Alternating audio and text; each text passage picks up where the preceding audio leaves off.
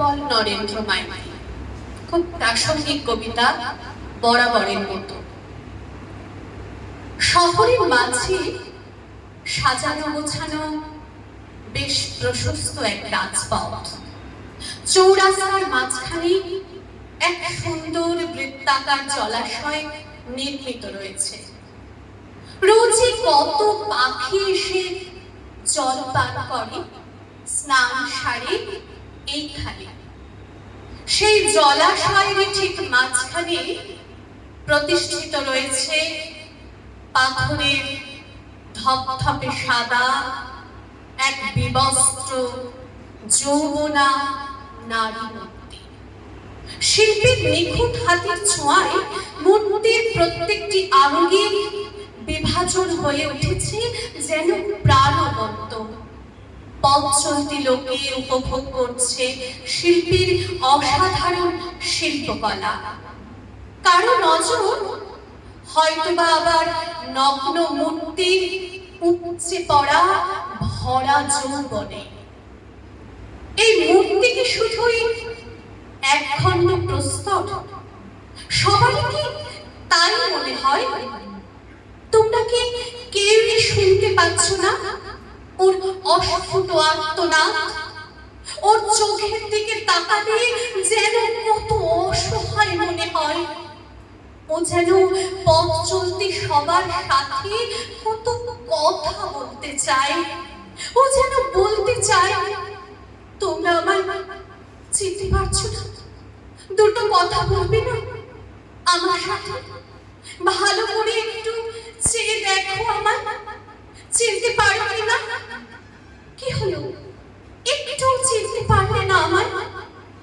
মনে পড়ে না ভবানীপুর, কলকাতা, মার্চ 1990? আমাকে নিয়ে দিনের পর দিন ধরে হলো কত হইচই।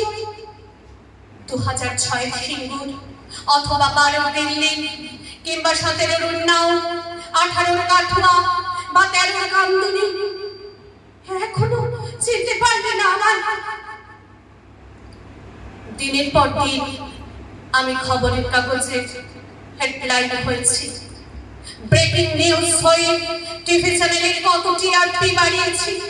তোমরা কত প্রতিবাদ আন্দোলন করেছিলে আমার জন্য দেশ জুড়ে, হাতে মোমবাতি জেলে তোমরা মিছিলে হেঁটেছিলে এই আমার জন্য। স্মৃতিশক্তি তোমাদের এত দুর্বল, এরই মধ্যে আমাকে ভুলে গেলে। আচ্ছা বেশ, হায়দ্রাবাদ, নভেম্বর 2019, এই তো সেদিনের কথা। এটা নিশ্চয়ই ভুলে যাওনি? হ্যাঁ হ্যাঁ, আমি সেই ভবানীপুরের 14 বছরের ফুটফুটে মেয়ে, রক্ষক রূপে নররাক্ষস যাকে খুবলে খেয়েছিল বাড়িতে একা পেয়ে। আমি সিঙ্গুরের হত দরিদ্র বাবা মায়ের সেই অভাগী ষোড়শী, যার নারীত্ব লুট করে জীবন্ত পুড়িয়ে মেরেছিল কিছু মাংসাশী।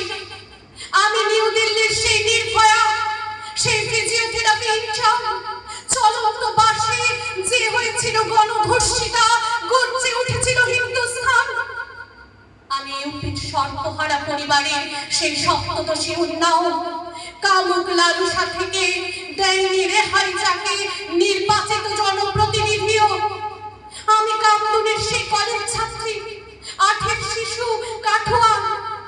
আমি হায়দ্রাবাদের গণধর্ষিতা, অগ্নিদগ্ধা মহিলা ডাক্তার।